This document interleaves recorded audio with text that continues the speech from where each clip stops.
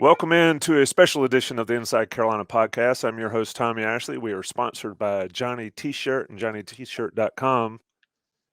Got a special guest, but not an unknown guest today. Talk a little Carolina basketball. Mr. Dewey Burke. What's going on, Dewey?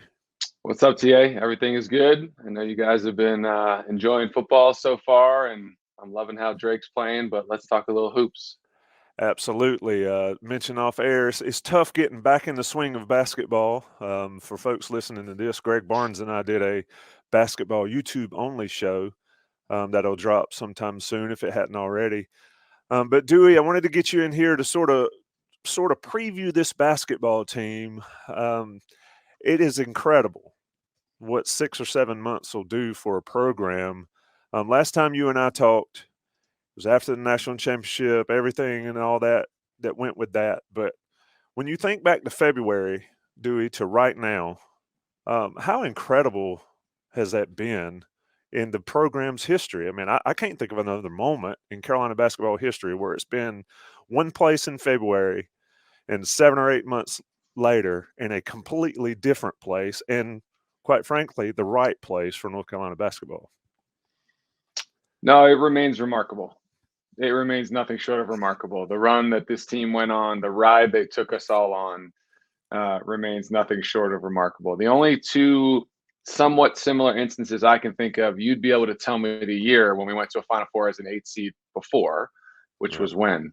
2000, I think. 2000. So that was, Yep. 22 years ago. And I think you can take some similarities, and it's always my bias weighing in here, but some similarities to winning the national championship in 2005 and having no idea what we would have and who we would be 7 months later, right? Everybody left. We raised the banner, and here comes this class, right? This class of 2009 that nobody knows what you have, and then they do what they do or what we did. Not only that first year when we far surpassed expectations, but obviously what they eventually became. But you didn't know, right? I mean, in May of 2005, after everybody declared, all you knew that you had was David Noel and Rayshon Terry, who played sparingly. That's all you had. So that was remarkable. But this is as much excitement as I can recall for a Carolina team. And it's also very unique that everybody came back, and the NIL world that we're in now is part of that. And I think we're going to get into that. But it's still as good as we think we should be, and as talented as we are. It's still going to be the same things. In order to be great, you got to make shots, you got to guard, and you got to stay healthy.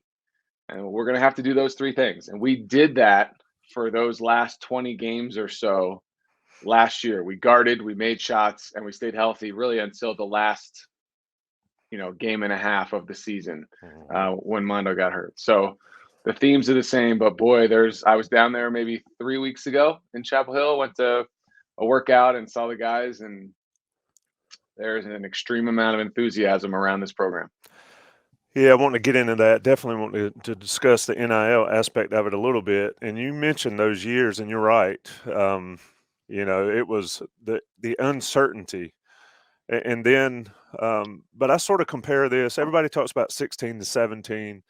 I remember 08 to 09, right? Everybody decided to return, make a run, and all here. But I don't ever remember a team actually on the floor looking like a team like this one did, say the Pittsburgh game, and then sort of flip the switch to turn into an elite basketball team that, like you mentioned, short of a turned ankle or badly turned ankle, probably wins the national championship last year. From your aspect of it, you played the game. You certainly part of Carolina's program. You know how athletes work. What's the mindset that changes so much in those few weeks or those few few games before it just sort of flipped for Carolina last year, and then carrying forward over the summer? What's the athlete's mind like in that process? Yeah, it's a really good question, and a couple things to unpack there. The reference to 08 and 09 is a great point. With the difference being, coming off the 2007 season, my last season, when we knew everybody was coming back from that team except for Brandon Wright, you knew how good they were going to be, right? Tyler Hansbrough is a junior. Lawson Ellington are sophomores. You've still got Danny. I mean, we knew how good we were going to be in '08, and we were on a march to win that national championship until our world got blown up by Kansas, right? And so when you then went '08 into '09 and everybody decided to come back, it was just, hey, we're running this back because we have unfinished business. I understand that the team feels like they have unfinished business, but they were nothing like the '08 team, right? In terms of how they played until this very end period.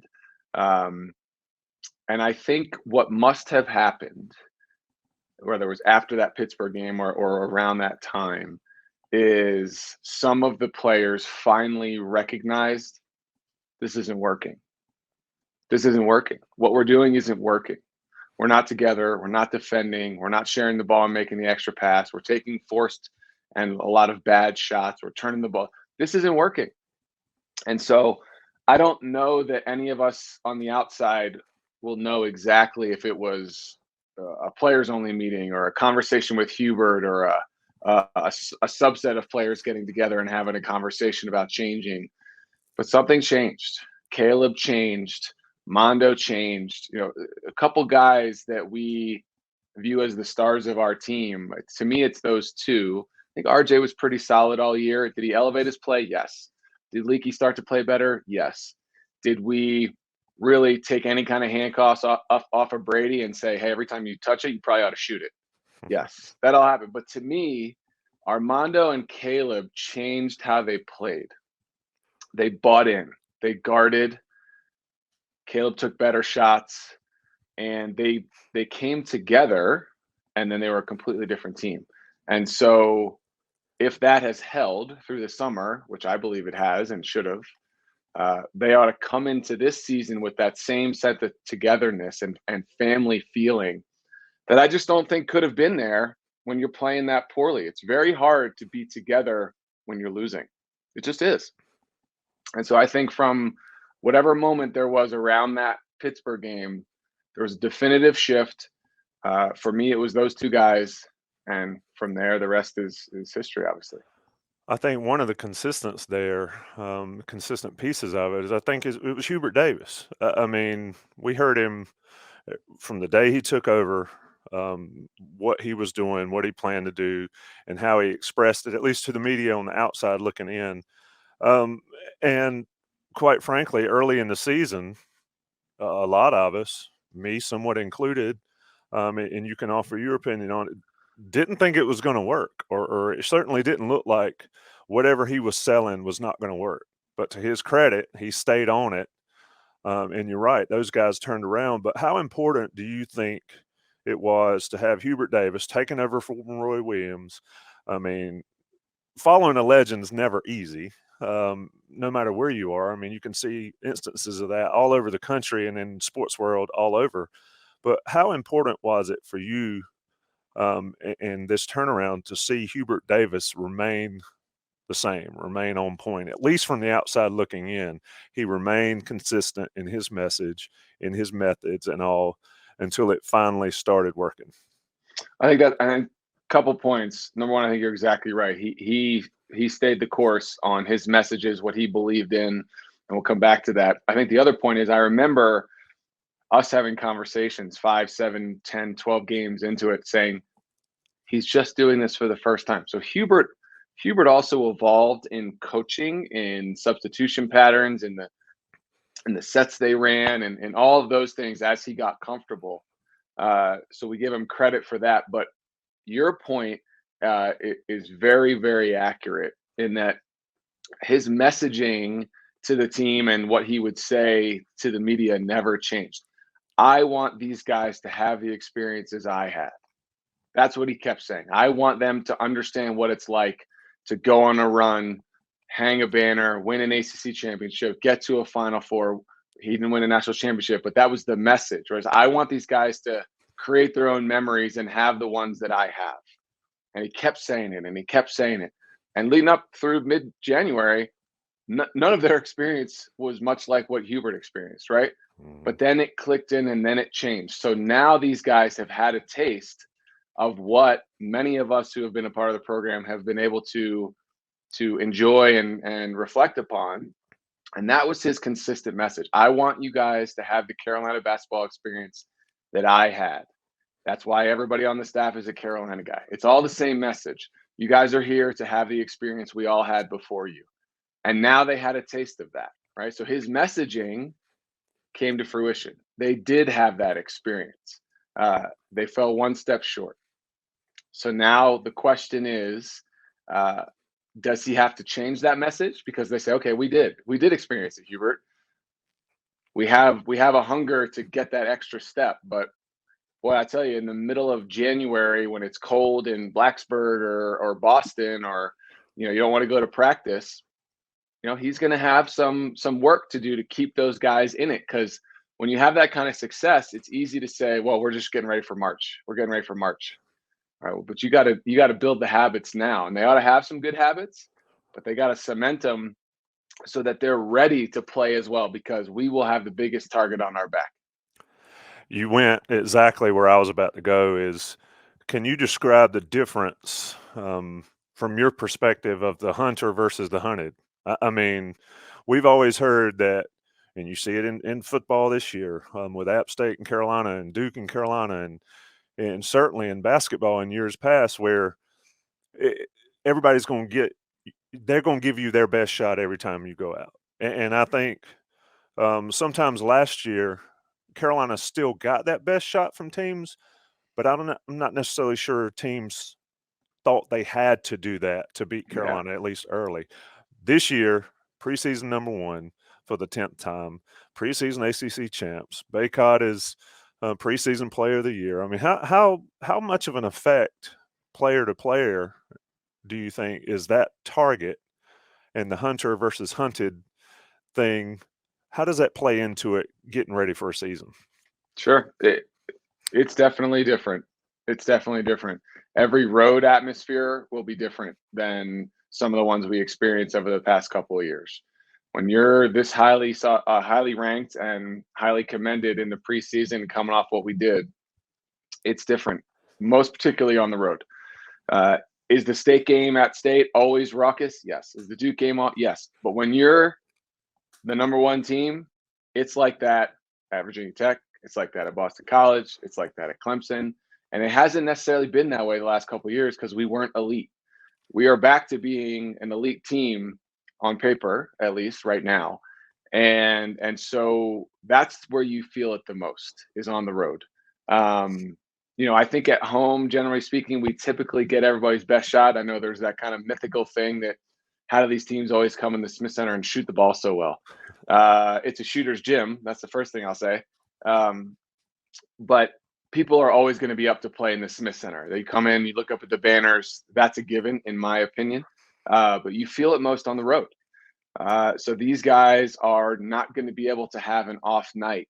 Whereas in the last season or two, if we had an off night and the other team had an off night, it was just an ugly game and let's see who's going to win. The other teams aren't going to have off nights against us. You wouldn't think.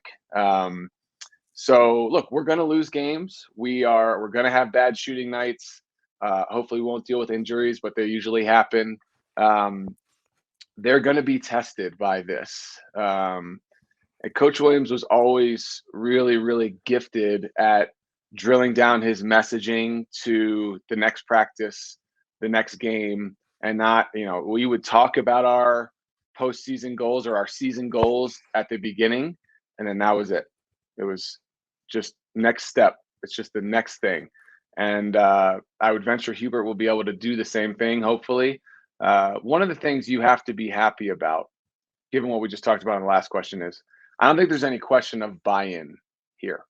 I think these guys are bought in, right? They had that change in January and they bought in, and then look what they did. So you would suspect that from the first practice, every single player, two eyes locked in on Hubert, every word that he says, following what the staff directs. There's no, hopefully, no consternation of, well, that's not how Coach Williams did it. That's not how Coach Robinson did it. That's not how Coach Holiday did it years before. I mean, just there should be none of that, right? It's we're all right here. There's an unbelievable amount of trust born out of our success, and we better bring it every night because we do have the biggest target on our back. That's a great point about the trust born from success. I might have to steal that quote. Hubert can say, and he wouldn't, but he could certainly say, what I talked about all last year worked. Look where we were. When you didn't listen, this is what happened. When you did listen and buy in, this is what happened. So he's got that behind him. And it's a great point about the buy-in. There's no debate. There's no wondering what. Had last season continued in January through the end of the year, then we could probably have that discussion this year. And I think a different roster. Yeah, 100%. And so it's an interesting point. Let me ask you, taking a different tack, maybe the NIL portion of it, and we'll get into a breakdown of the team after the break. But I wanted to get your take here, the distraction aspect of this. Hubert also talked about if we win, you win. As far as if the team's really good, then people are interested in wanting you to represent Town Hall Burgers or a plumbing company or things like that.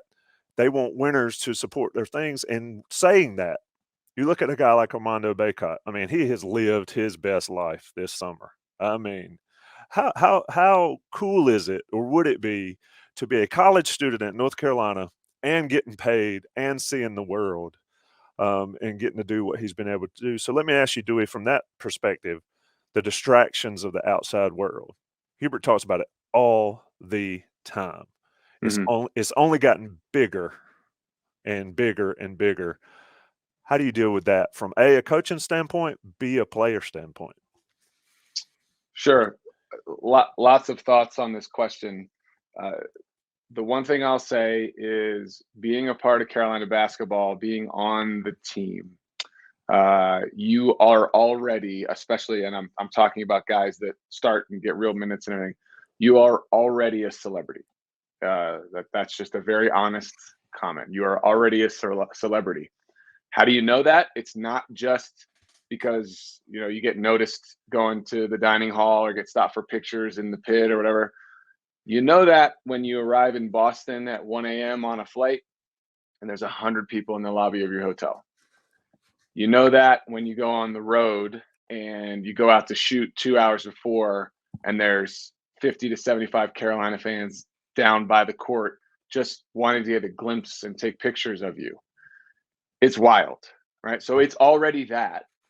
And then you exponentially increase it because of social media. And now that these guys are spokesmen for different companies and getting paid marketing dollars, it's a show. I mean, you're part of a show. But I will say that I think it's perhaps easier at a program like Carolina because you're already used to all the limelight and the light being on you. Whereas my example would be the kid at Miami. Last name's Wong, isn't it? Isaiah Wong, right? They don't have the pedigree of a Carolina program, right? So he's down there as a marquee player at a school that's not a basketball school in a town that doesn't drop everything over their basketball games. And he's making a couple $100,000 or more than that. And his teammates are looking at him like, why is it all about him? Whereas here, we've got multiple guys that are getting money like that. We've got multiple players that are participating in NIL. And we're a part of a program that's already there. It's already in the limelight all the time. So I do think it's a little bit different. However, I think a very relevant point to make, and it's a little bit of inside baseball, but here's what I would tell our listeners. If you guys see Eric Hoots in Chapel Hill or Sean May in Chapel Hill, just thank them for how much work they put into NIL over the summer to make sure that these kids were getting market rate dollars so they didn't have to worry about the transfer portal. I think those guys have busted their ass, and it's not in their job description. It's not in their job description. Eric Hoots is out having to raise money for NIL, so the players get market rate, so they can check that box and not have to worry about it and keep them together. It's a weird world out there, but I make that point not just because he's my friend and know him well. Those guys have worked unbelievably hard at making sure NIL, the box was checked on NIL for our guys, and it has been. So I I'm not worried about it, Tommy. I think these guys tasted success together.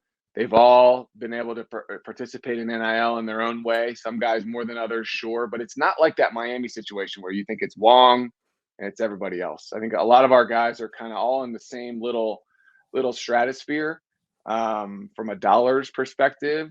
And again, the staff has made sure of that. So I'm not worried about it. I think they're going to be fine. I do think it's more about what happens on the court. I think it's health and making shots and guarding. And if we do those things, the rest of it takes care of itself. Indeed, it does. Great point there on NIL. It is a thing, and Carolina, Carolina's benefited from it. A lot of schools have benefited from it, but Carolina's benefited from it, especially keeping everybody around, keeping everybody happy off the court. On the court, we'll discuss. Talk about Johnny T-Shirt, JohnnyT-Shirt.com, sponsors of this podcast, sponsors of Inside Carolina, and friends of the Inside Carolina Premium subscriber. 10% off your order if you order from Johnny T-Shirt. So my better half goes to Johnny T-Shirt last weekend and spends a fortune. And I look at the receipt, and she forgot to give them the Inside Carolina Premium code. So I asked. She said, well, I didn't mind. Johnny T-Shirt's local. They need our support. So I didn't want to get the discount. I just wanted to support a local business. You can do that, but you can also get that Inside Carolina Premium code off the message boards and get your 10%. Take care of them. They take care of us. National Guys Pay the Bill on the audio version. Special Inside Carolina podcast. Dewey Burke, Carolina basketball preview. Dewey, let's get back in this Inside Carolina special podcast with Dewey Burke, of course. Dewey played on the team. God, it's been a while. 15 years ago, man. I know. Don't start being old talking that mess. I feel like I need a blanket. It's cold here, and like the grandparents want to get the blanket because it's cold. Let's talk about the team specifically. Yeah. I mentioned in the lead Armando Bacot, preseason ACC Player of the Year. Let's start with him. Saw him as a freshman, fantastic, especially down in the Bahamas against Oregon. Wondered for 2 years where that was. There were signs of it on occasion, but never really saw it in full until last year. How does Armando Bacot get better at what he does? I'm not convinced he's going to be a three-point shooter, and I think people need to do that. But how does he get better, given how consistent he was last year? Well, the biggest change for Armando was relentless effort. Relentless effort. When he figured out that if I just play harder than the bigs I'm playing against, I'm already better than them. Now I'm just playing harder too, and I can't be stopped. That's my view. Is his relentless effort is what catapulted him into a guy we're talking about. You're not surprised if he has 20 and 20, right? We were comparing him to Sean May after some of the games he had late in the season. Pretty high praise.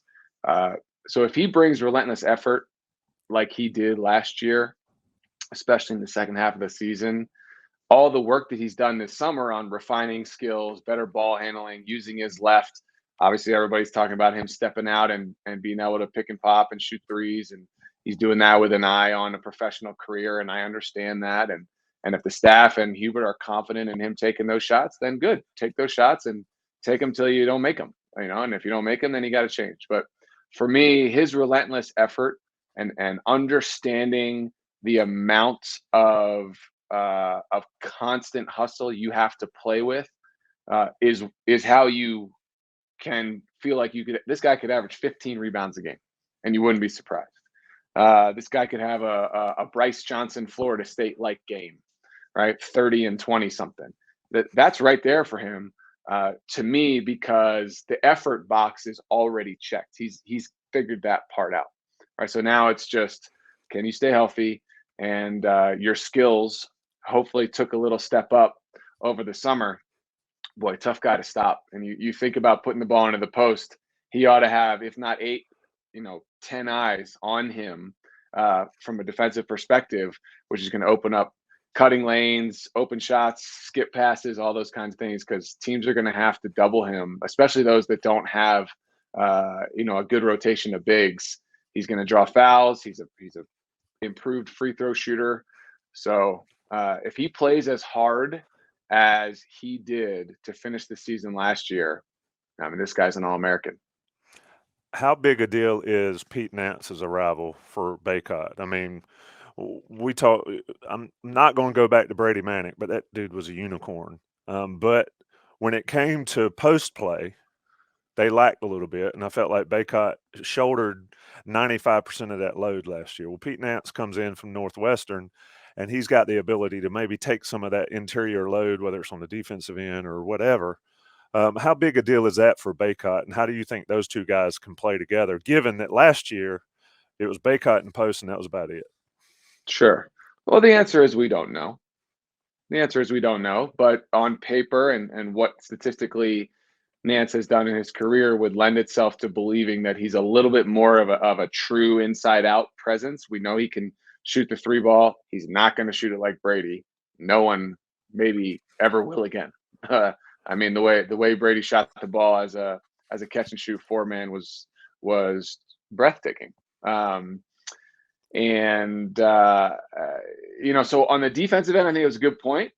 A lot of times, hopefully, Nance can perhaps guard the other team's best post player to give Mondo a little bit of a break, or they can at least rotate. Whereas to your point last year, there was no question Mondo had to guard the other team's best post player and was also down there banging a lot by himself on the board. So you ought to have help on the backboard. You ought to be able to do a little rotating defensively where he can maybe get a break. But the answer is we don't know. I mean, one of the best things about our offense and when we really started to play well was that we were really spread out. A lot of 4 out, 1 in. We would run some horn sets where the two bigs would set screens, but Brady was never really all that often anyway, rolling to the glass and being in the paint. He truly became almost like a 3-man, and we played as a 1, a 2, and 2 threes and a 5. And so I don't know how they're going to adapt to being also more of a post presence. It's easier to double Armando if the second post player is just on the other block or at the elbow. It's easier to double big to big versus when you're spread out. Now, because he can shoot, ideally we will still play a lot of 4 out, 1 in. If we want to put Nance in the post because there's a mismatch, then Armando can step out.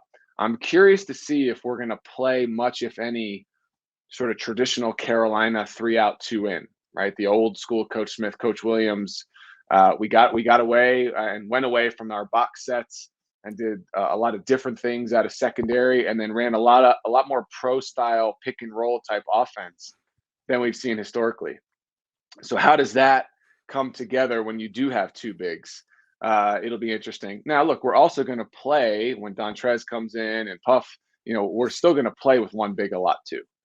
So all that's going to be very interesting. But I think the answer is we don't know. We didn't know what we had with Brady, and we didn't really find that out until the second part of the year. And we don't know what we have with Pete. So it's going to be interesting. The roster is different, but he should help. It's a great point about it. It'll be interesting to see how Hubert and the staff adapt to the skill sets because everybody else is the same. And you flop Nance and Manick, and that'll be something I watch a lot. And it'll be a work in progress, and it may be ugly at times early in the season. If anything, last year showed that they figured it out, and they figured out what to do. So a great point there to pay attention to that. Let me talk about and I've debated who's the most valuable player or who could be on this team. But let's talk about Leaky Black. I wrote in his preview article that was on Inside Carolina, I don't know if any Carolina player has ever been sort of I don't want to say talk negative about, but people were down on Leaky for a lot of his career. Had a lot of negative comments, we'll put it that way. Yep. And then it sort of flipped when he came out of his shell. I mean, he talked about the anxiety issues and all that and how Jackie helped him with that. But but in the last half of the season, Dewey, I'm not sure there's been a more beloved Carolina player Yeah. um, that whose box score, purely a numbers box score, was nothing really to write home about. Can you just talk about the Leaky effect? Yeah. They say lockdown Leaky, but good gracious, man, what a ride he's been on, and what does he do this year to keep it going? It is so interesting. He came in with this reputation of potentially being somebody that could play point guard at 6'8" and average a triple double and do all these things. And then he was just never healthy. Never healthy, never able to work on his skills in the summer. And then obviously had confidence issues and anxiety issues. And that's very real. When you come with expectations and then you underperform, you hear it, you hear the comments, you're aware. And I think he also had to figure out who he was as a basketball player. He's not that, right? He's not a facilitator and a guy that can get you 15, 10, and 8. He's a great complementary piece, a glue guy, a fantastic defender, the guy who makes the right pass, sets the right screen, gets the right loose ball, all of those things. And so when he settled into that role and was healthy, he was as important as any player on our team last year and the run that we went on. Not everybody gets to shoot it 20 times a game. Not everybody gets to get the ball thrown into them in the post 15 times a game. Some people have to do the things like setting screens and being the best communicator on the defensive end and being a great leader in the locker room, even though you're not the one that has a chance to be the ACC Player of the Year. Right there are roles you have to fill, and I think he understands who he is, and so that's pretty cool for all of us as Carolina fans to see the evolution of Leaky. But to me, health is the biggest thing. With health comes the ability to work. With the ability to work comes confidence. With confidence, you then play well in games. You play well in games, you believe you're going to play well in the next game. That's what happened to him, right? There was a crisis of confidence there and a crisis of health that really took several years to unwind itself. But here we are with a fifth-year senior that is unbelievably experienced, will be unbelievably motivated to leave his lasting impression on the Carolina program. And how great that that your elder statesman doesn't need the ball, doesn't need to stuff the stat sheet. He's going to guard, he's going to hustle, he's going to communicate, he's going to lead. Boy, that's pretty exciting to have. Not a lot of teams have that. Yeah, a couple points there. Dean Smith used to always say there's no limits to what you can accomplish if nobody cares who gets the credit. Leaky is a prime example of that. And also, his ability to guard. I mean, he guarded Kie Clark in the ACC tournament and shut him down and just totally shut Virginia down. And then the next game, he's guarding, the next time out, he's guarding Paolo Banchero, a 6'10", 250-pound monster Who at was the number times, one pick in the draft? who number one pick. So that versatility, I mean, I don't think we can heap enough praise on him. And if you told me we were going to say that in December of last year, I'd have thought you were crazy, quite honest. So that evolution has been just remarkable. It speaks a ton to him personally, his upbringing, everything, and to Hubert Davis for giving him that, and to Jackie Manuel. But here's where I want to get your take here, because this is where I think Carolina's season rises and falls, and I think it's with RJ and Caleb Love. I think RJ's pretty solid. He's become the dog that Carolina needs. I think Caleb might be the key to this season. What do you think with those two guys? Because we've seen what they can do when they're hot, and we can see what Caleb Love can do when he's hot. And then the national championship, I believe 5 for 24. I mean, if he figures it out consistently, Carolina's going to win the national championship. But your take here on Love and Davis and their impact? Yeah, I think last year when we had this conversation, you asked me who I thought the most important player was on the team, and I believe my answer was RJ Davis at that time. I felt like he had the ability to step up a couple of levels and really have the ball in his hands from a decision-making standpoint. We know he can score, he can shoot it, but I felt he had the ability to really be a consistent presence, whereas we have come to understand that Caleb can or has in the past had extreme highs and extreme lows. And I do believe RJ took that step. And so, to your point, he's solid. I don't think we worry about RJ as long as he stays healthy. That guy's going to be there, supremely confident with the ball in his hands. And Hubert gave him the ball, right?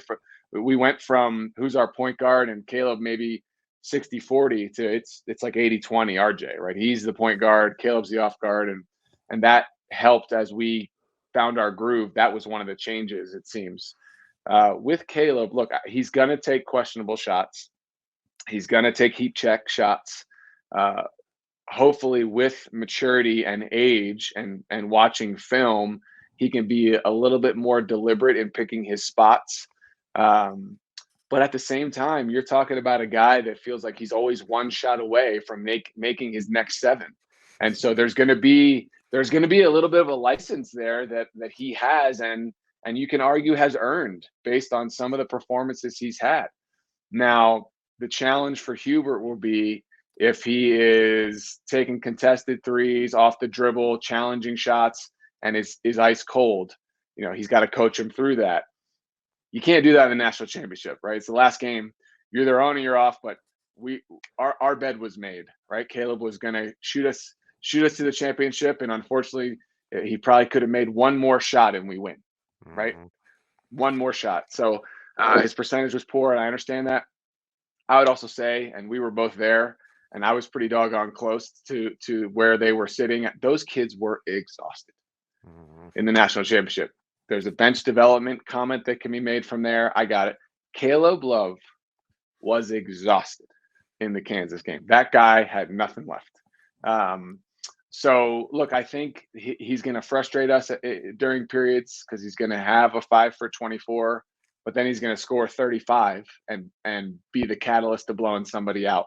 You think about the first half of the Duke game in the Final Four where he wasn't great, pretty quiet.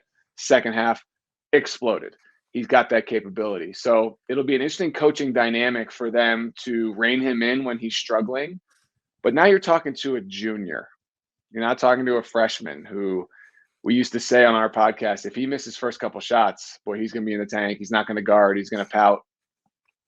I would hope, and I don't think we're going to see that. I think this is a kid that understands that, okay, I'm off in the first half. Keep playing. I'm going to get in the second half because he's done it.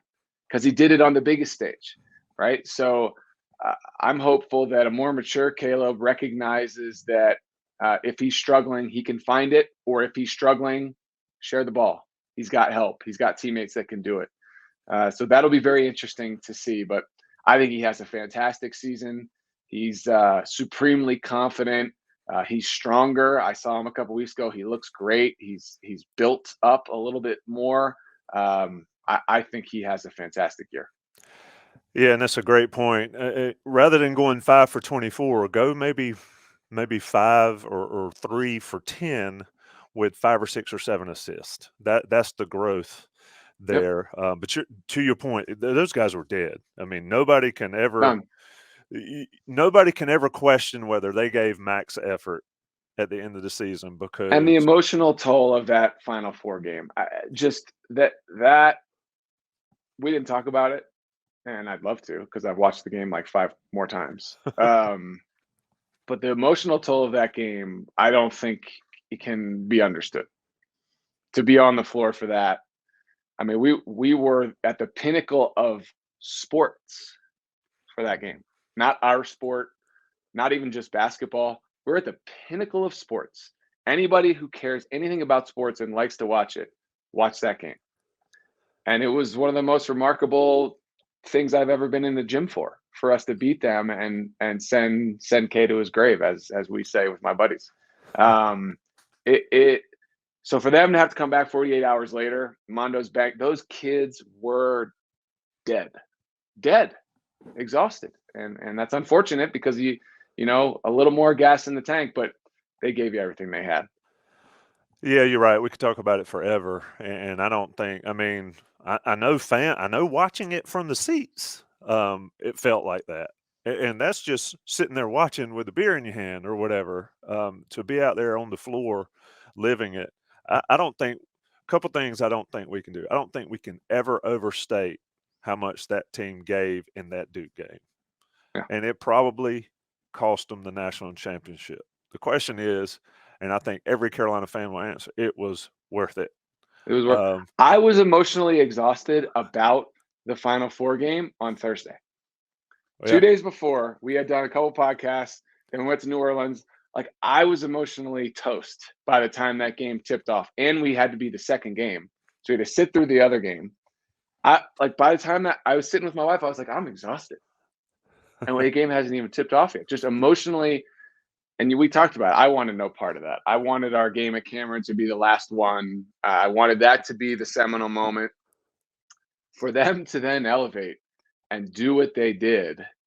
The emotional toll on every one of us Carolina fans, every one of us Carolina former players, still pales in comparison to what those kids felt.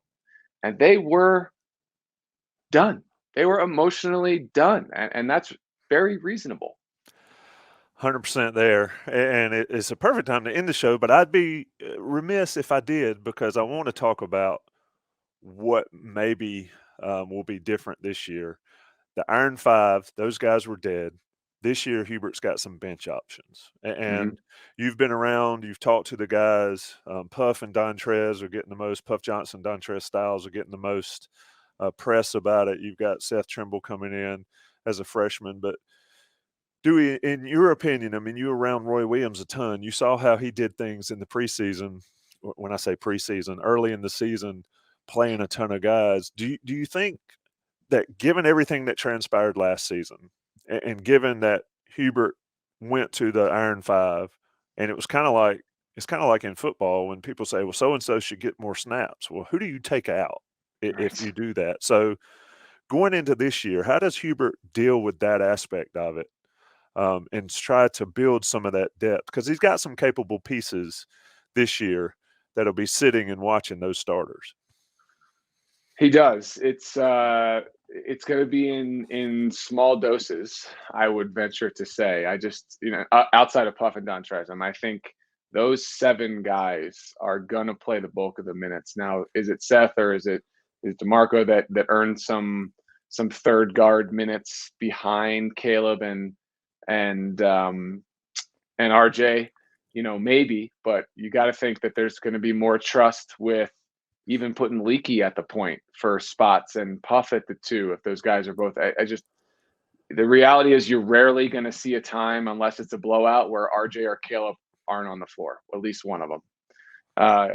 And that Armando's going to play 36 minutes, and that Leaky's going to. So where are the minutes? But we ought to, number one, we ought to play well enough to beat some teams handily where those guys can play 30 minutes instead of 36. And that's preseason, and also in the conference. There are conference games that we should win easily, and guys should be able to play a few less minutes to allow for the development of others. And then it's going to be how they play. If those guys prove themselves and are able to be trusted, then we can have an 8-man rotation when you get into March. If they don't, it's going to be 6 or 6.5 again. That's it. He's got such a trust. Once we figure out what we have with Pete Nance, he's got such a trust in the Iron Five, and he trusts Puff. I think hopefully he develops trust for Dontrez. After that, you have no idea. So if those guys earn his trust, it'll warrant some minutes. But the blessing and the curse of having a bunch of upperclassmen that have played in over 100 games or thereabout is you trust them. You know what you have, and if they're healthy and they're not in foul trouble, they're going to play. Yeah, you ride them, and I think they will. I think they will have to create some depth. I think Johnson and Styles can certainly be there. Maybe one of the freshmen, other than Seth Trimble, step up. Everybody likes Tyler Nickel, but I agree with you there, and we can sort of wrap it up on this: is if you've got guys that you trust, then you play them, because why wouldn't you? And I don't think Hubert's going to play guys just to play them, just to see what sticks. We'll see. A lot leading up to the season opener, I believe November 7th against UNC Wilmington. Dewey, it's always a pleasure. Anything left, my man? I'm good. Let's stay healthy and make a run. It's going to be fun to watch.